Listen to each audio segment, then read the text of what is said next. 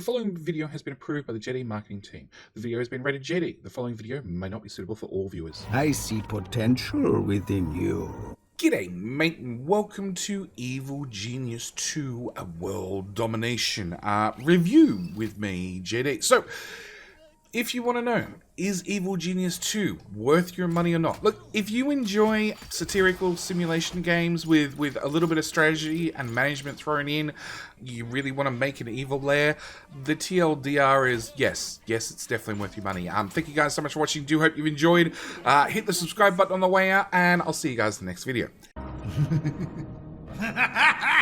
If you're here and you still want to find out a little bit more information, it's a satirical simulation game. Like I said, with a little bit of strategy, a little bit of management thrown in, and yes, you do get to make a evil Lair and take over the world. I have actually finished the game. It took about 48-50 hours, so you know it's not a game that you're going to sit down and, well, you might be able to finish it in a weekend, but it's going to be a very long weekend if you choose to sit down and finish it in a weekend. But yes, you do get to play as one of 4 evil geniuses that may have been ripped directly out of an Incredibles movie. I'm Syndrome, your nemesis at it! Or from a James Bond movie. This is gold, Mr. Bond. Depending on the genius you actually choose.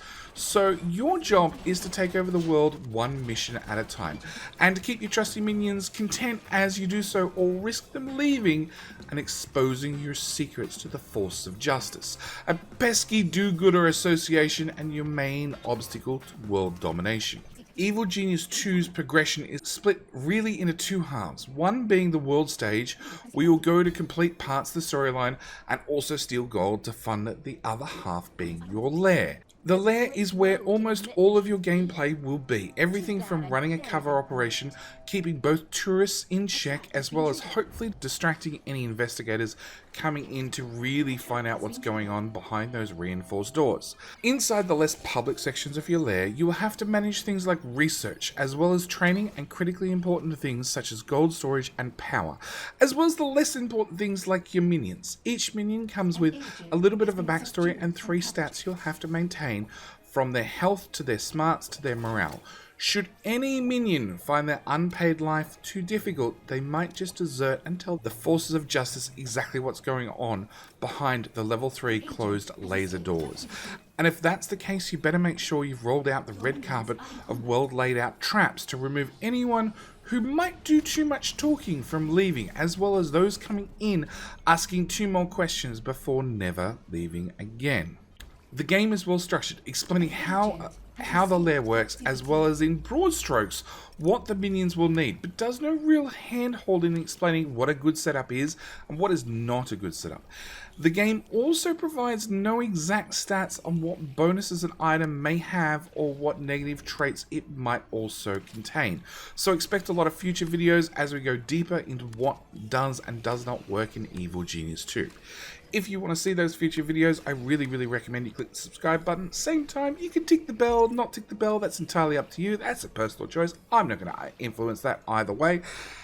At the same time, if you do want to talk Evil Genius, you want to talk with other masterminds like yourself, you're welcome to come jump on our Discord. We do have a dedicated channel for Evil Geniuses, both those from the first game and those just joining us for the second game. Your minions and their stats can be upgraded or restored through machines or via research. Research will also unlock more minion types, ranging from the 3 minion disciplines, those being muscle to keep the riffraff out, the deception to distract them before they know what they've stumbled upon, or the research discipline, proving at least some of your minions are smarter than the average yellow jacket.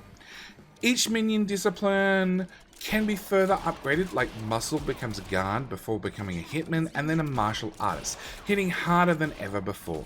Construction and building placement is fairly simple, with nothing too complex. Some simple rules like rooms need to be 2 by 2 and corridors should be at least 4 tiles wide to fit a good trap in place. But again, expect no hand holding, as you can design your secret lair the way you see fit. Open plan to let all the light in, or make it a maze so nobody can find their way out.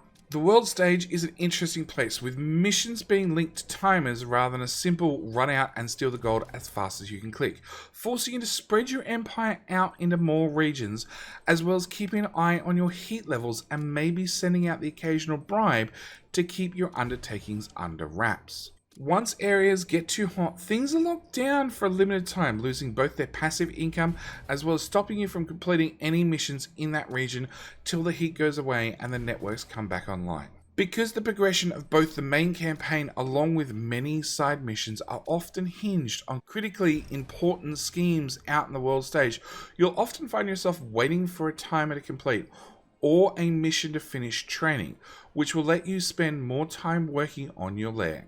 I was a little bit disappointed that I could only work on one side mission at a time, and this greatly slowed progress of the game. Still, my first game required just under 50 hours to complete, so the game fills my requirement of costing less than $1 per hour of gameplay. And that's ignoring the fact that there are still 3 more geniuses to play and 2 more islands to try out. Don't forget, every genius does have their own custom campaign. Now, with all these talks of the Force of Justice, how do they present themselves? Well, they'll range from a few small-time investigators looking to break the next big story in the local paper and try to go viral with a headline in an effort to close you down with cancel culture. Or, more likely, bring back just enough evidence that the Force of Justice, FOJ for short, are forced into sending out some soldiers to deal with your evil self.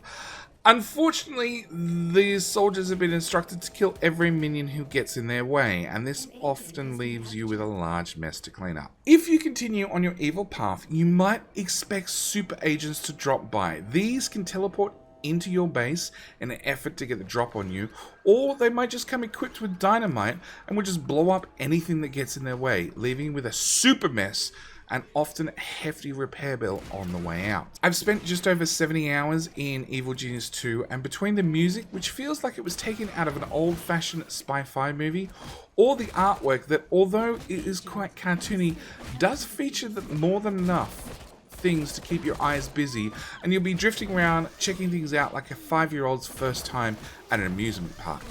Now, although I would have liked some way to dig into the stats more and have some way to know what was having an influence on my minions, as well as the possibility of doing more than one side mission at a time, if you enjoy simulation games, especially those ones that are easy to play and hard to master, I would recommend Evil Genius 2. To me, it has just the right balance of enjoyable to play and critical thinking along the way.